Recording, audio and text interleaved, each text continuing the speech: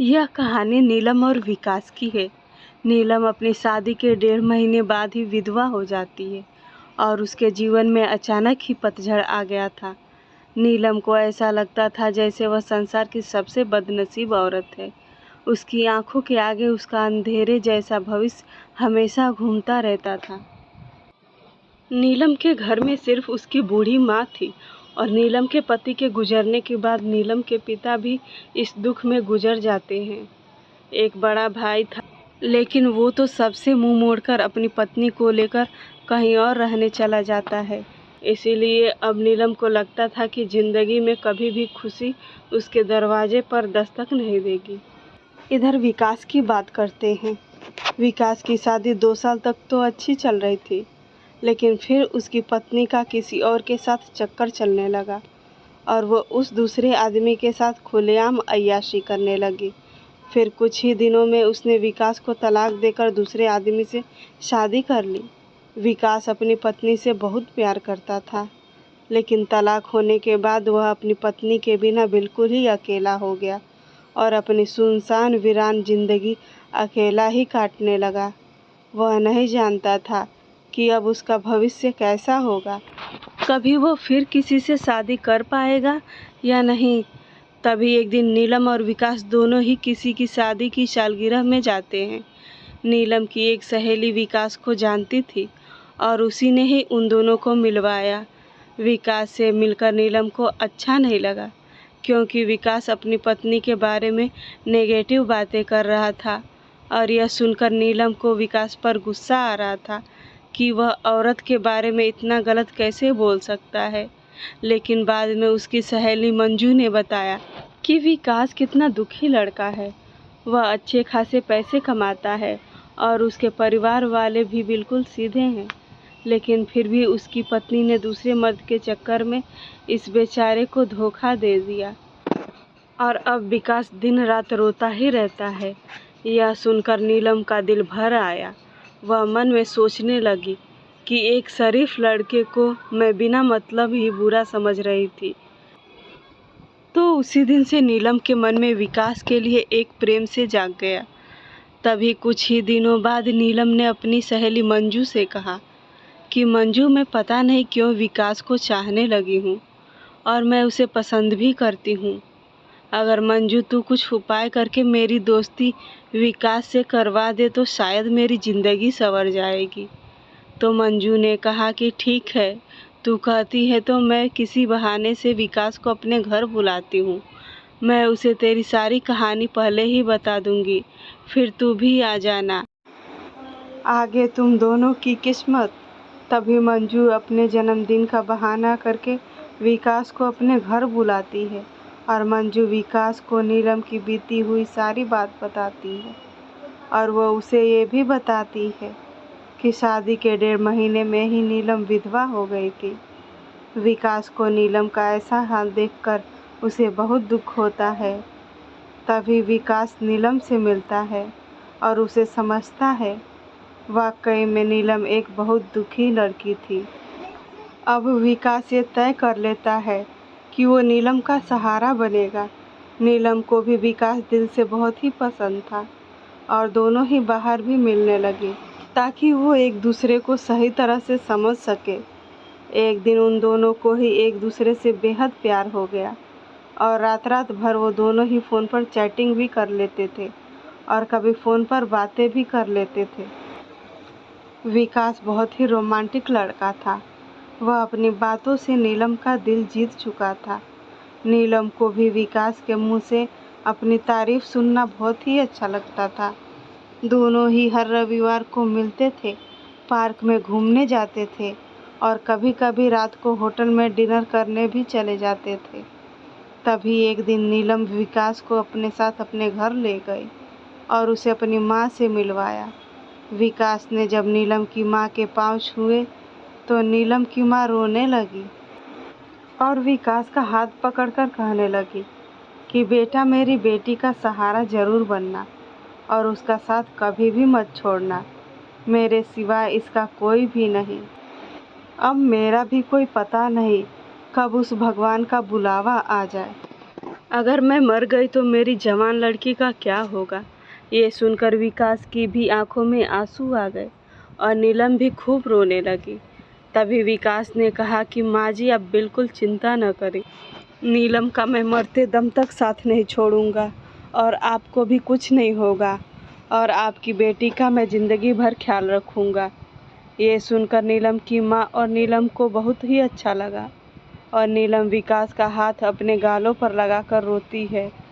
तभी एक दिन दोनों ही पार्क में बैठे थे तो नीलम ने कहा कि विकास तुम अपने घर वालों से मुझको कब मिलवाओगे। विकास ने बात टाल दी और उससे प्यार भरी बातें करने लगा और कहा नीलम मैं तुम्हारे बिल्कुल नज़दीक आना चाहता हूँ, बोलो तुम मुझे अपने करीब कब आने दोगी। लेकिन नीलम विकास को अपने करीब आने से मना करती है, मगर फिर भी थोड़ा बहुत वो दोनों प्यार कर ही लेते हैं। विधवा और तभी नीलम की सहेली मंजू ने नीलम के कान भरना शुरू कर दिए। उसने कहा कि नीलम लड़कों पर इतना जल्दी भरोसा नहीं करते, तू तो सीधी साधी है। विकास को अपनी माँ से मिला दी, लेकिन विकास ने तुझे किसी से मिलवाया, कहीं ऐसा न हो कि वो तुझे इस्तेमाल करके न छोड़ दे। यह सुनकर नीलम के कान खड़े हो गए और वह सोचने लगी कि कहीं विकास मुझे धोखा तो नहीं दे रहा। उधर विकास ये सोच रहा था कि मैं नीलम को अपने घर कैसे लेकर आऊं। मेरा घर बिल्कुल छोटा सा है और मैं उसे अभी नहीं बताऊंगा कि उसके लिए मैंने एक घर बुक कर लिया है और 50,000 जमा भी करवा दिए हैं और बाकी की मैं बैंक से किस्त बनवा लूँगा। 1 महीने बाद विकास का जन्मदिन था। विकास ने सोचा मेरे जन्मदिन पर ही नीलम को सरप्राइज़ दूंगा और तभी नीलम और उसकी माँ को भी घर बुला लूँगा।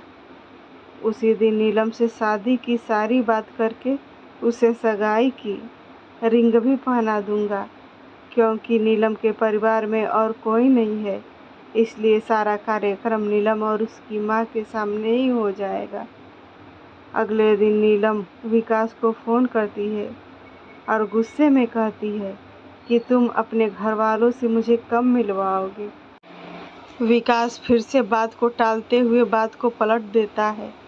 अब नीलम का शक और भी बढ़ जाता है। तभी नीलम विकास से कहती है तुम्हारे बैंक में कितने पैसे हैं, मुझे अपना बैंक बैलेंस दिखाओ। लेकिन विकास ने बैंक बैलेंस दिखाने की बात भी टाल दी, क्योंकि सभी पैसे उसने मकान के ब्योने में दे दिए थे और उसके अकाउंट में कोई 8 से 10 हज़ार ही पड़े थे। नीलम का शक अब बढ़ता ही जा रहा था और वो ये सोच लेती है कि विकास वाकई में मेरा इस्तेमाल कर रहा है और वो मुझसे शादी भी नहीं करेगा। इसलिए नीलम विकास का फ़ोन तक उठाना बंद कर देती है। इधर विकास इंगेजमेंट की सारी तैयारी कर चुका था। बातों ही बातों में उसने नीलम की अंगूठी का भी नाप ले लिया था और नीलम को इसका पता भी नहीं चला था। विकास ने नीलम की तरफ से खुद की भी अंगूठी बनवा ली थी, ताकि नीलम की माँ का कोई भी खर्चा न हो सके। विकास ने किसी से थोड़ा कर्जा लेकर नीलम के लिए साड़ी और उसका सारा सामान खरीद लिया था और उसकी माँ के लिए भी एक सुंदर साड़ी खरीद ली। अब विकास ने सबको यह कह दिया कि मेरे जन्मदिन वाली रात को मेरी सगाई नीलम से है और उसके घर में भी उसने सबको बता दिया था। सारी तैयारी हो चुकी थी। तभी एक दिन विकास ने नीलम को 3 बार कॉल किया, मगर नीलम ने उसका फ़ोन गुस्से में उठाया और कहा कि क्या बात है, जल्दी कहो। तो विकास ने कहा कल शाम को 5 बजे तुम और तुम्हारी माँ को मैं लेने आ रहा हूँ। तो नीलम ने कहा कि मुझे कहीं भी नहीं जाना। तो विकास ने कहा कि नीलम कल मेरा जन्मदिन है। विकास ये बताया, लेकिन फिर भी नीलम ने विकास को जन्मदिन की बधाई नहीं दी।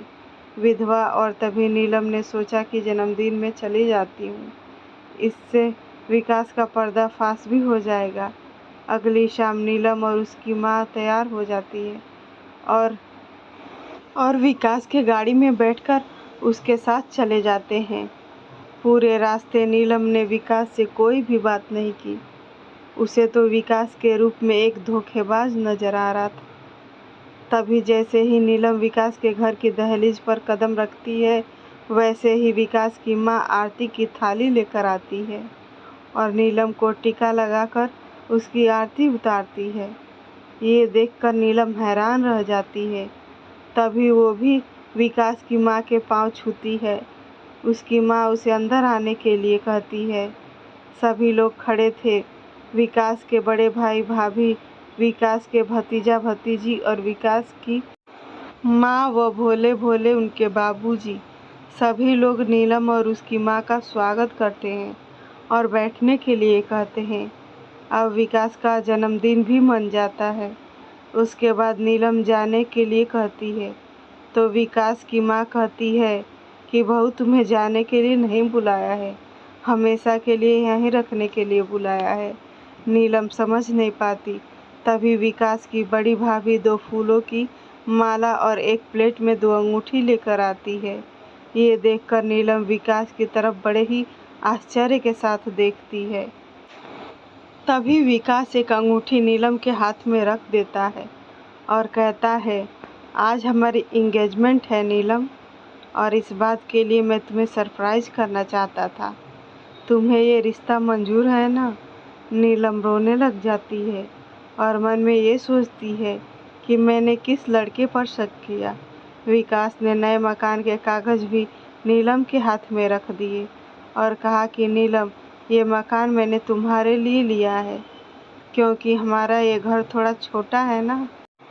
इसलिए नीलम की आंखें अब अपने आंसुओं को रोक ही नहीं पा रही थी।